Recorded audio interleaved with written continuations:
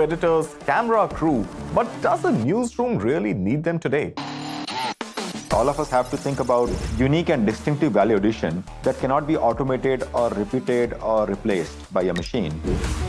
ChatGPT may kill many companies. A human has to be in the loop with an ability to control this. Dark Side of the Boom. Streaming now.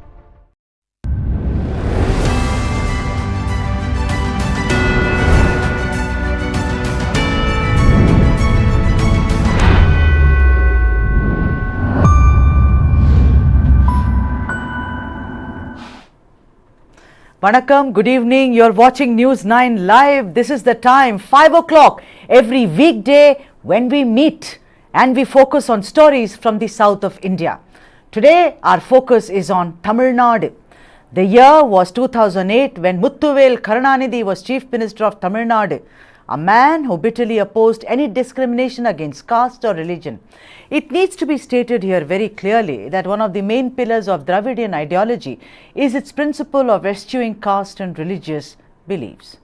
Then I am asking you, why is it that now, that is in 2023, 7 families from a fisherman's village near Pumpuhar in Mailadaturai have resorted to an extreme desperate measure? This is such a sad story. 15 years ago, when the Dravida Munnetra Kazhagam was in power in Tamil Nadu, these 7 families had converted to Christianity and since then have been shunned by the village. All their fundamental rights have been thrown to the wind, as it were, for they are not allowed to pursue their traditional profession of fishing by other villagers. Their children are not allowed to participate in any games with the other kids. The shops refuse to sell them groceries and other items. In short, these 7 families of this village have been ostracized. These families have now asked the district collector to allow them to be euthanized. They have asked for mercy killing. That's why I said it's one of the saddest story which is coming from Tamil Nadu, and it is so against humanity. It's as if they have chosen death as an option rather than live for having converted to Christianity. Will the ruling Dravida Munnetra Kazhagam stand up? All the accolades and praise for the recent movie starring Udayanidhi Stalin notwithstanding, it's made tons of money at the box office and it's supposed to be a swan song of Udayanidhi Stalin, and he said after the movie about how caste should be completely banished from Tamil Nadu. Like this, when 7 families are asking for mercy killing. Also, senior leader and General Secretary of the DMK, Duraimurugan, recently said that the DMK has strongly opposed the proposal to enact the Uniform Civil Code or UCC by the Union government, contending that such a code was an antithesis to the right to freedom of practicing and propagating one's religion under Article 25 of the Constitution and the rights given to minorities under Article 29. Very well said, Mr. Duraimurugan. Applause for you. But then why are these 7 families asking for mercy killing only because they converted to Christianity? Like I said, all this is very well. But what about those 7 families? I'm saying this again and again. Look at them. They have placards in their hands, holding up and saying, give us death. Let's debate. S. Venkat Narayanan, senior journalist, is joining us. K.V. Lakshmanan, also senior journalist, is joining us as well. S. Muralidharan, political analyst, is also joining us.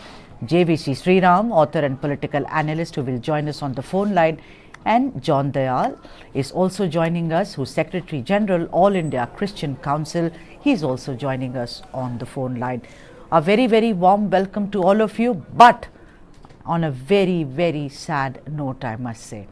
Mr. Venkat Narayan, you know, throughout, whenever the Dravida Munnetra Kazhagam speaks about Samuthavam and Swayamaryade, which is self-respect and equality, many people turn around and say, what are you talking about? In your rule, there is a huge number of caste violence which goes on, and also discrimination against religious minorities. Asking for euthanasia, don't you think that the local administration's failure comes across as crystal clear as ever in this?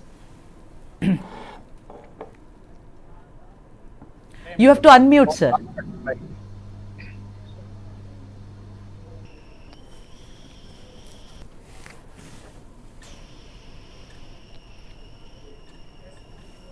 Can you hear me now? I think I will go to Mr. Venkat Narayan. Are you ready? I can wait for you, sir. Yes. Yeah. Yes. Please go on, sir. Please go on, Yeah. sir. Well, this deserves to be condemned in the 21st century India. And I don't understand one thing.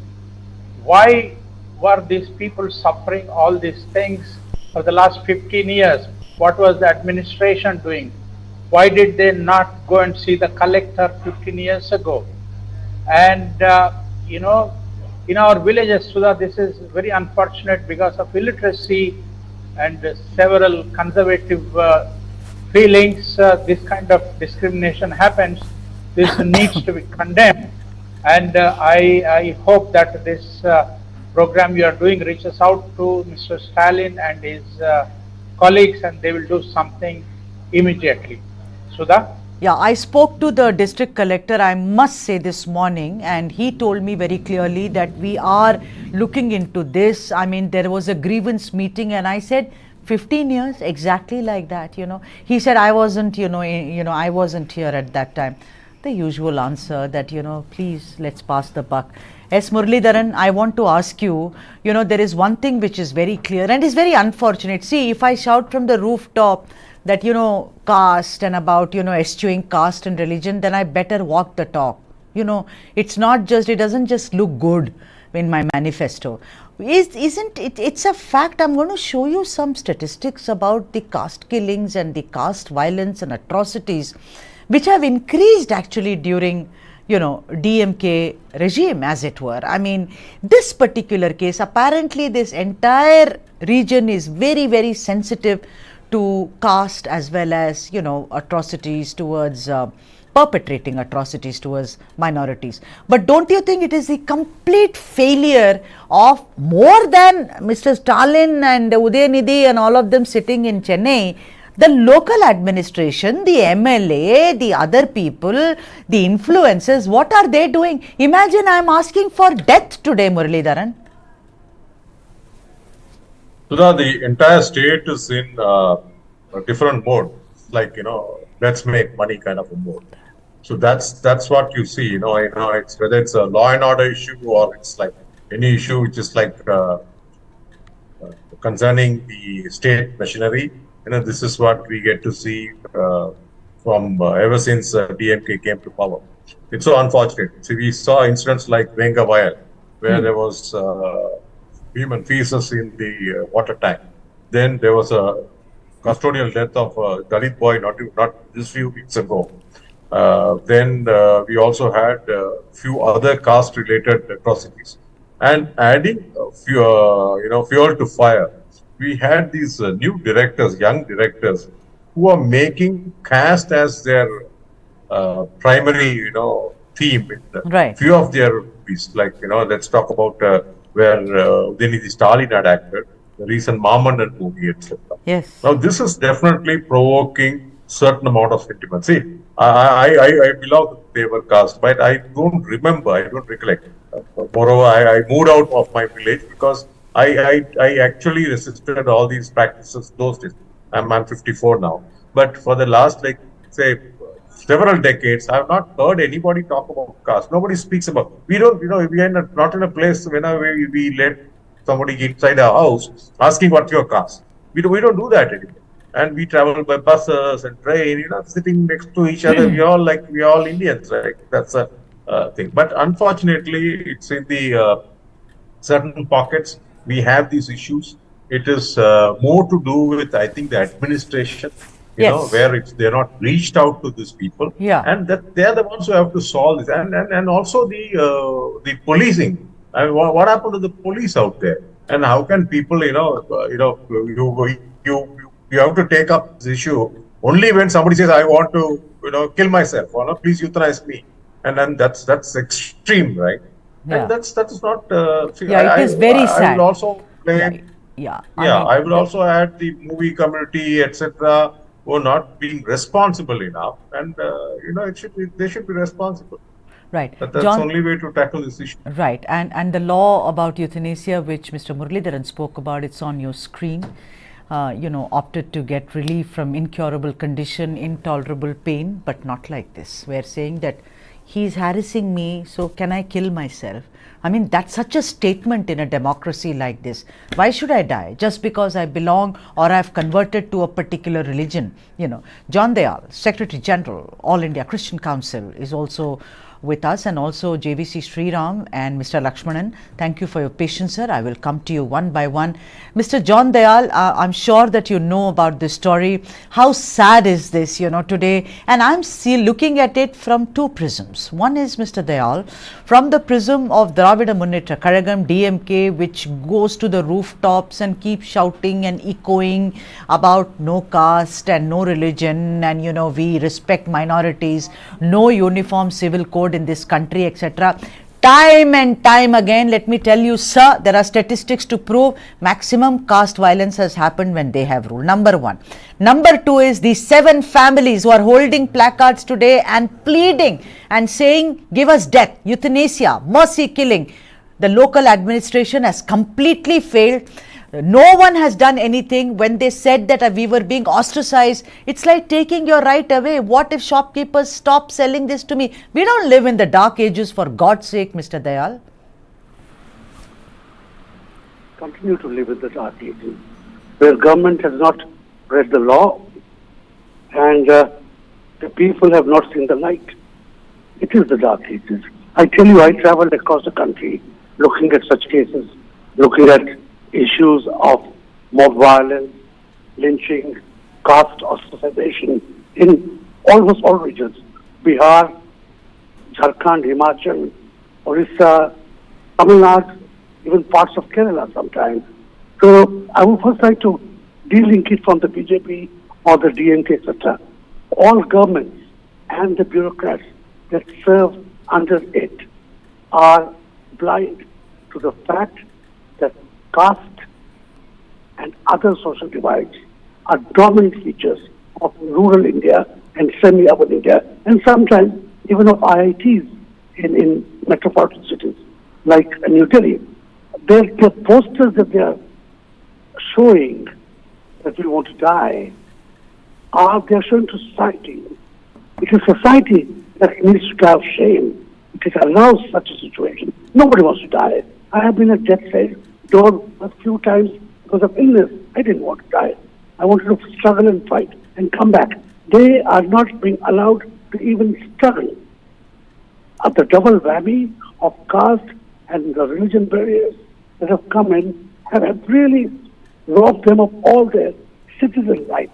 Right, and robbed them of the oxygen that they need. Mr. Dayal, and I suspect that tomorrow someone is going to jump up and down and say, oh, they were actually egged on to say this. Why did they not speak for 15 years? Because there is something called paranoia, because there is something called neurosis. JVC Sriram, author and political analyst. JVC Sriram, what do you make of this? This is such a shame coming from Tamil Nadu, considering most of us here, or rather all of us here, are South Indians. And it really pains me, and the hypocrisy of the Dravida Munnetra Kazhagam has never shown itself as, clearly as this time around. These 7 families, so these are not 7 people, 7 families, little children are also standing there, with placards. There are old people, there are middle-aged, there are young people. They are saying, give us death, because in this village, they have ostracized us. See, when the cat closes its eyes, the world ceases to exist for the cat.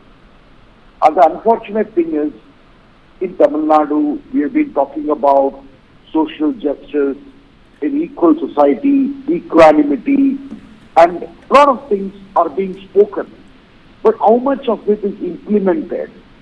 And the most unfortunate, I want to go about the party politics here, Sudha, because I know pretty well that every time there is a DMK rule, such kind of things are getting highlighted, but it is being deep-rooted.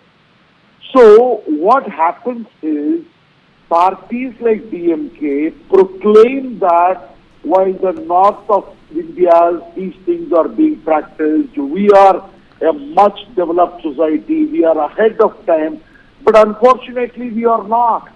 Because even in my village, let me tell you, a year back when my mom died, I was surprised to know that in the graveyard there were two tents, two sheds, one for others, another for Dalits.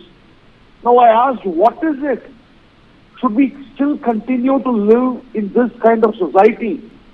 And I think there is a moral responsibility and social responsibility of people in the villages to be educated, and there needs to be a proper coordination, and these things have to be done at the bureaucratic level, administrative level.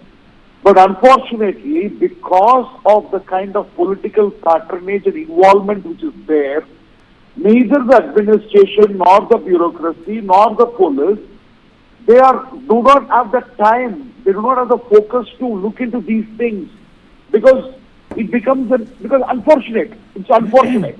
Irrespective of the Dravidian parties, when they come to rule, all these departments are extensions of their party wing.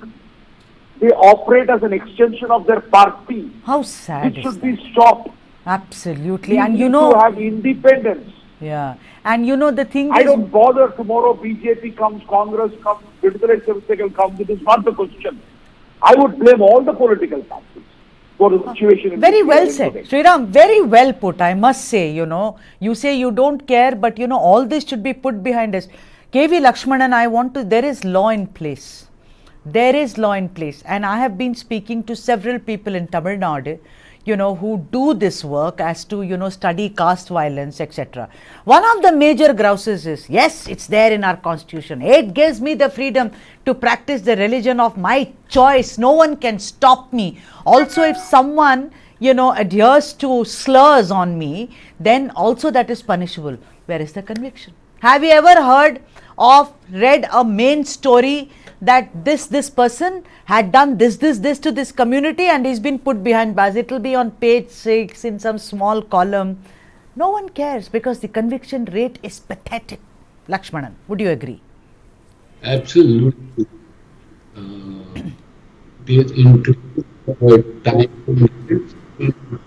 Caste, this kind of caste ostracization is just not done.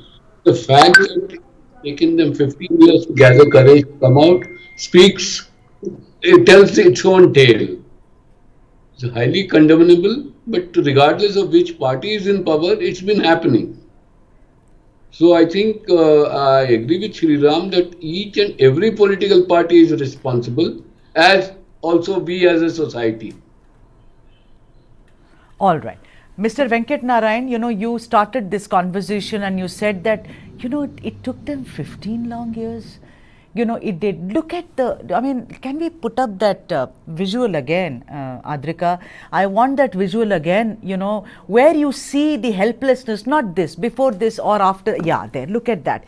Those women and that little child maybe in a school uniform. That is the worst thing. What broke my heart was that this child went to school, came back and is now, participating in this protest meet where they are holding, of course, notices or placards in Tamil where they are asking the local administration or the DC for euthanasia. Mr. Venkat Narayan, I want to ask you is that more than whether these people, because I am not ready to understand. I also come from a village. Wherever had a problem, they would go to the tehsildar or they would go to the postmaster. They will ask, please read this, sir. If this is the problem, what should we do? One has seen all that. The thing is, I don't think it's complete ignorance. I think it is paranoia. It is paranoia because I'm sure that the village must have somebody who's extremely powerful. There is also Katta Panchayat. There is all these, what's KAP in the north. It's there. They are scared of the kind of repercussions that they would have to face. Would you agree that that is also one angle to look into? Yeah, absolutely. I think that unfortunately it's not just in this particular village in Tamil Nadu, but it could be in all the 600,000 plus villages in this country. This kind of discrimination exists, particularly against people who are known as Dalits. And they change, every year 2 to 3% of India's population keeps changing their religion. and it is they who are at the bottom of the social ladder who suffer from this discrimination. So it is not just, it's no point in blaming bureaucrats and politicians. We as the Indian people, what are we doing about it? Are we making a conscious decision to end this caste discrimination or religious discrimination in this country? We need to ask this question of ourselves. It's not so much as DMK or AIDMK or this party or that party. So that it's a very, very serious matter. It's disgraceful that in the 21st century of India, when we are trying to send man to the moon and all that, we should be having this kind of disgraceful situation occurring in rural parts of our country, particularly in Tamil Nadu, which is supposed to be one of the better administered and states, and whose GDP is much better than a lot of states in other parts of India. Sudha? Sriram, I want to ask you, and what Mr. Venkat Narayan highlighted, that caste killings, and let me read out one statistic. A total of 300 murders and incidents of various caste related violence across Tamil Nadu have been registered under the Scheduled Caste, Scheduled Tribe Prevention of Atrocities Amendment Act 2015. A majority of them were Dalits.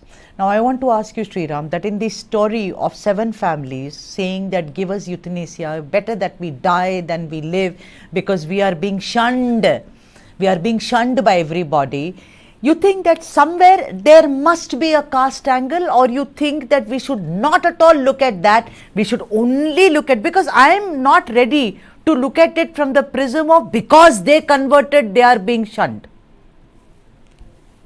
So I think, whether you like it or not, there is certainly will be a caste angle to it. That is what I said. And it has happened, either it is Cleveland money murders in 1967, 68, 69, or Manjole killing in 1998. So consecutively, we are seeing that although Tamil Nadu is considered as a championing of social justice, but the atrocities on the Dalit communities have been happening. And I think some of the politicians think that politically if we empower them, they become better or something of that kind. It is not. Actually, there are a lot of political dividends which are trying to be, harvested by playing Dalit politics. And I really do not know how many politicians who champion the cause of Dalits are actually working on the ground to bring about a reformation.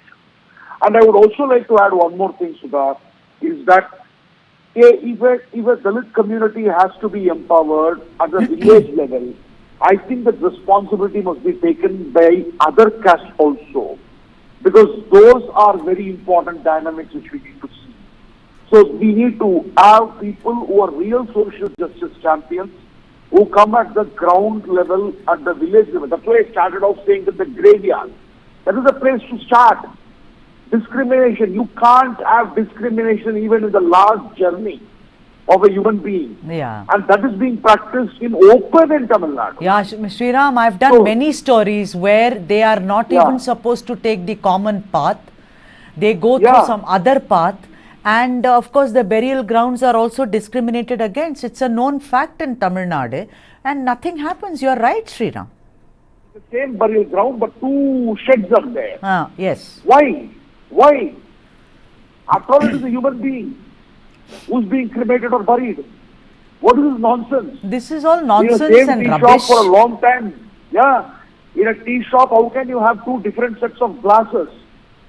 So these are things which are really, as we say, the more we talk about 21st century, I think we are stuck in 19th century. Very well said, Sriram.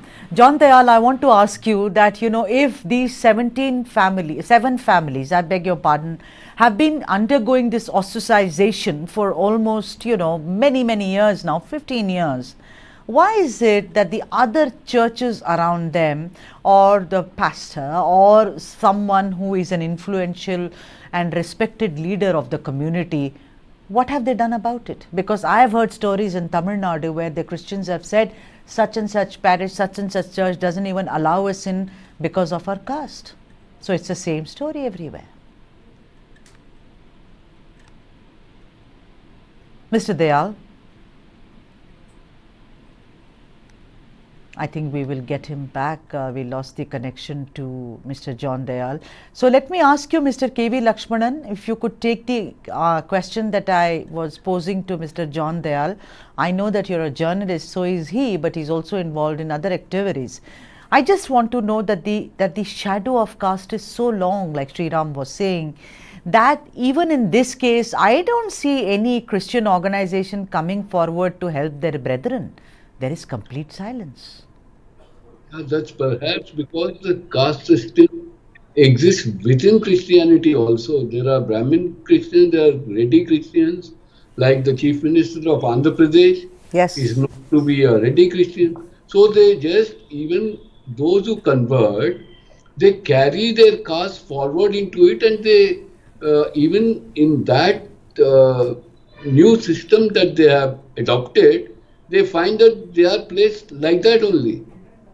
So I think I fully agree with Sri Ram that the two-tumbler system is shocking. It exists. It permeates into all aspects of life.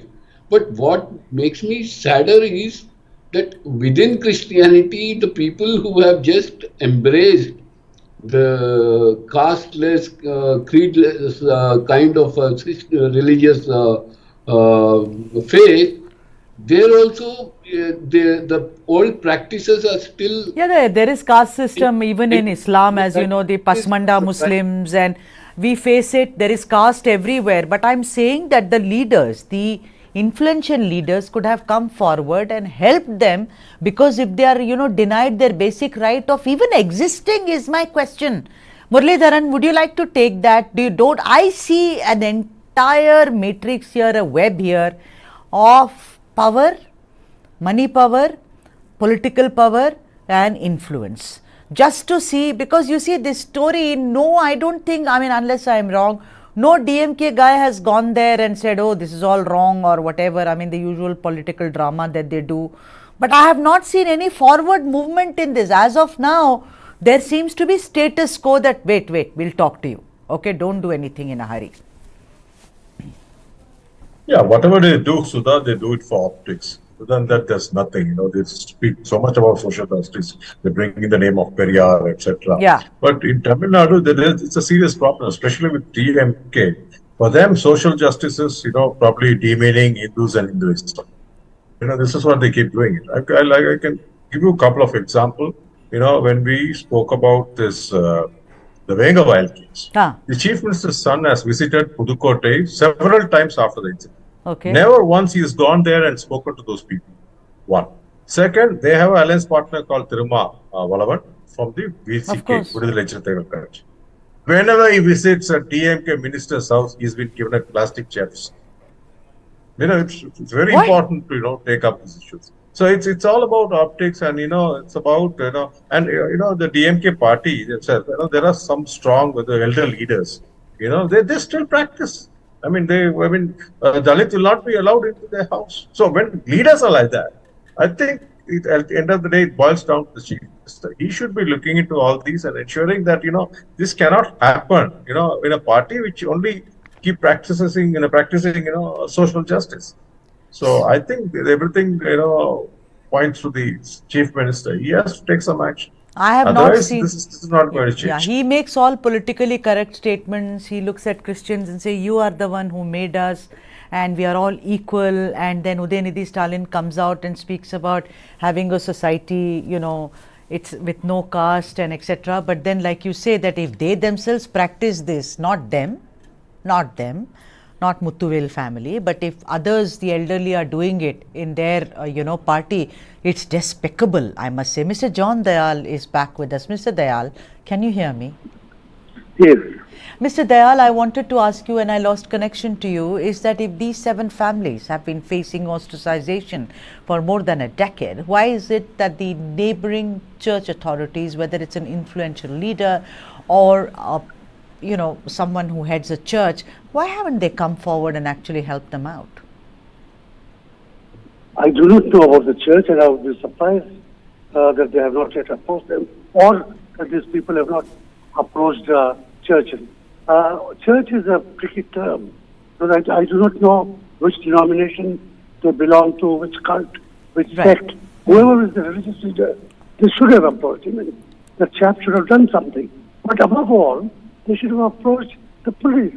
It is the bounden duty of the police, it's the bounden duty of the district collector, command responsibility, as much on the political party as on the administrative and bureaucratic structure. But we are expecting this sort of apathy from the political establishment in India. Look at Manipur. 350 churches have been burned. 140, 50 people have been killed. It is almost a situation of a civil war with one majoritarian group totally bent on annihilating another. And the Prime Minister has not opened his mouth. But the political establishment in India seems to have left the marginalized people to their own devices. Right, but Mr. Dayal, isn't it also correct that in Tamil Nadu particularly, there have been several cases where the church also practices caste system? No, the church casteism is historic. It is because there is no caste in Islam or Christianity or Buddhism or Sikhism, but there is caste in the soil of India. You can say it is in a way the binding force in India. And that is why, despite laws, even the constitution failed to annihilate caste, the slogan of Ambedkar. And I suppose till that infinite date, when we annihilate caste, shall we all be equal. And gender justice would then be also a part of it. Nobody suffers more than the wife of a Dalit, irrespective of her religion. Nobody suffers more than the young man of a Dalit family. In Rajasthan, they can't ride a horse. In Uttar Pradesh, they're shot. Right. Mr. S. Venkat Narayan, let me come to you and ask you, sir, that, you know, it is such a sad kind of a situation. We are all faced with a conundrum. We have that book called the Constitution, which has every law in place, because if you read, I mean, I hope that people remember the Constitution, the preamble, and also the difference between fundamental rights and directive principles should be made compulsory reading, I think, for everyone. Why is it that, you know, let's look at another angle, is that the local police, like Mr. Dayal said, they should have approached the police. But why is it that the police also will not go to, after all, they also must know, these are small villages, they are all fishermen, by the way. It's a fishing village. So it must be a small village. Why is it that the police cannot go asking as to what has made them take this, you know, a very, what is called, sad step, as it were? Well, not only that, what is the MLA doing? What is the MP doing? You know, the least Mr. Stalin can do to change the whole thing is make a visit to that place and take action against those people who prevented these people from using common facilities, or prevented them from going fishing, or stopped selling things and all that. The tragedy of India is every fourth person in this country is a Dalit. And you have reservations in parliament, you have reservations in state assemblies, and reservations in school, colleges, so on and so forth. But in more than 70 years since we became free, nothing seems to have changed in this country. So the change has to start at the top. If Mr. Stalin is watching this, I would like him to go to this village and do something about it, take some action, and hold a meeting of all the villagers. These are also our people. You must allow them to use the community facilities and so on. Sudha? Sriram, let me ask you this. You know, the thing is that when there are elections, of course, I mean, despite all that, and what to do, it's the nature of the beast. You know, the DMK also fights very, very efficiently on caste thing.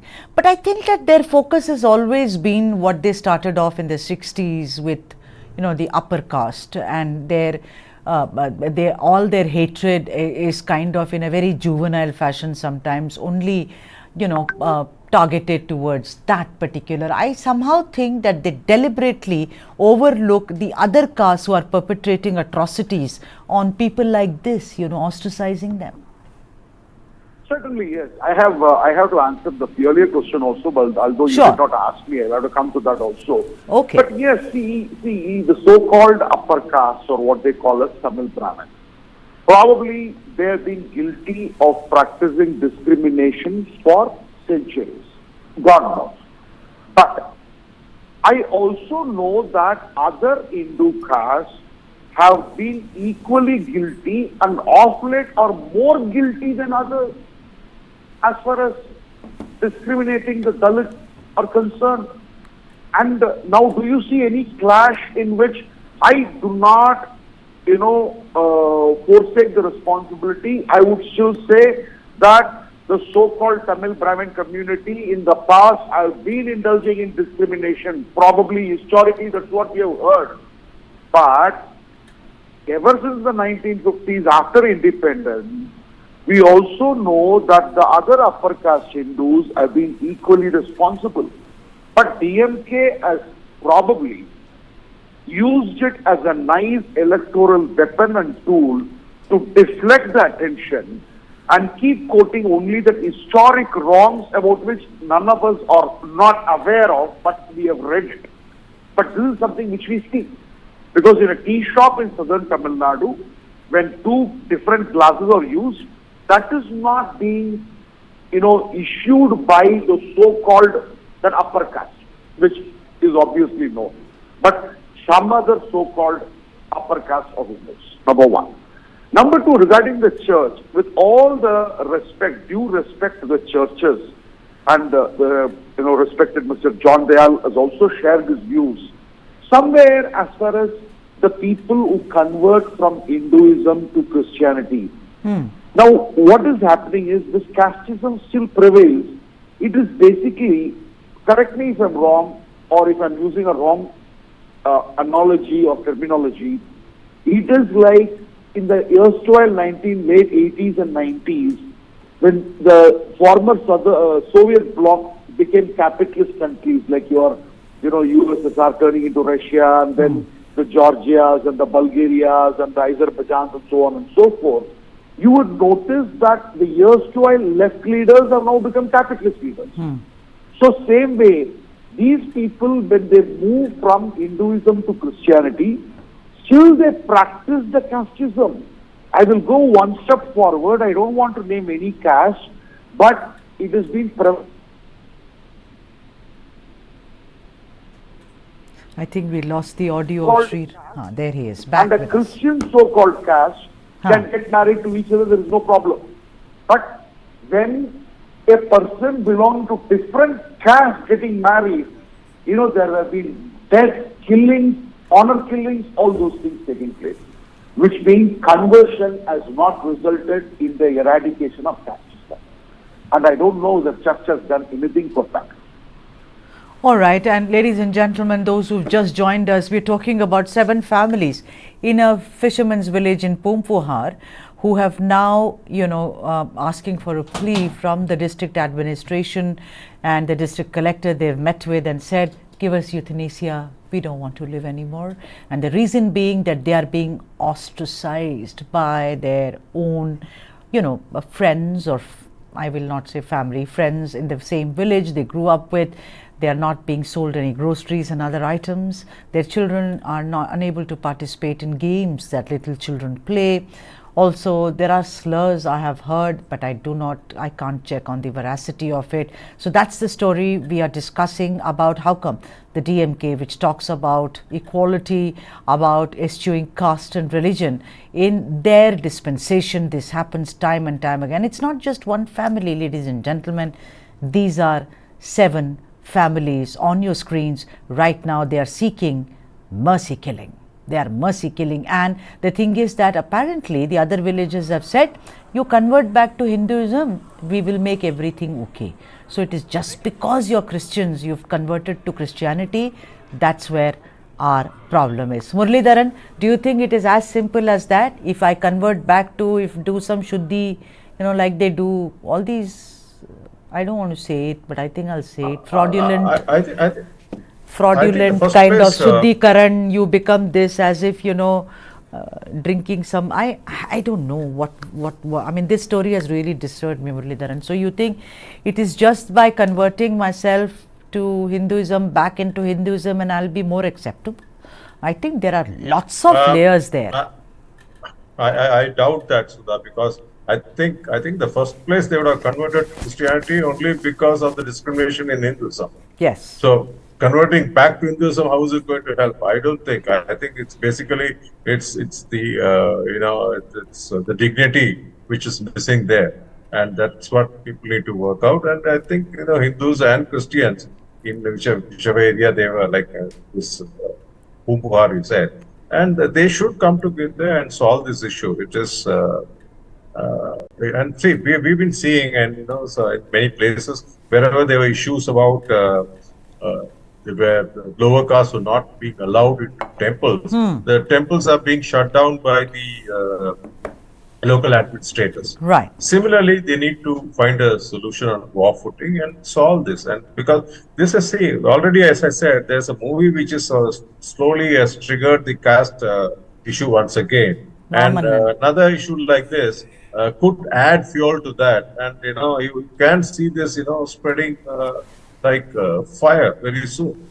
So Right. the DMK party needs to get into action, and they need to stop this, nip it right now, or it could become serious. Right.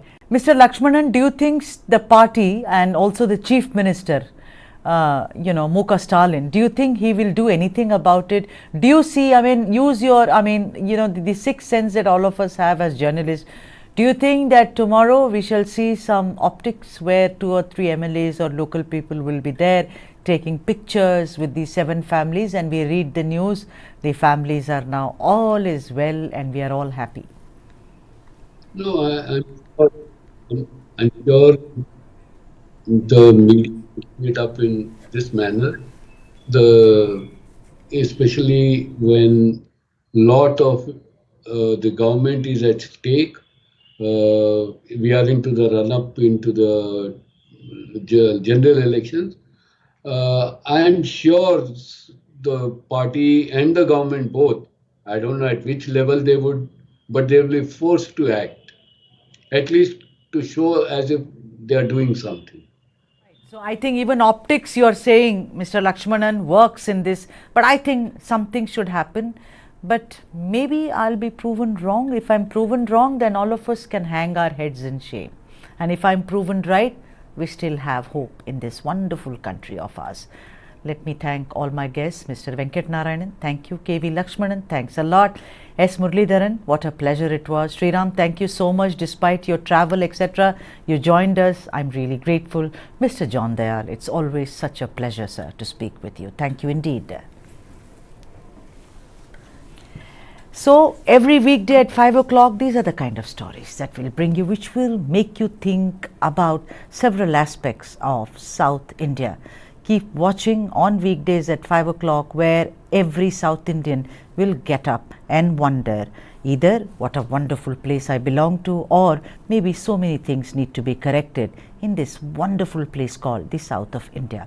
But for all other news and analysis, this is your destination, News 9 Live. Keep watching. Vanakkam.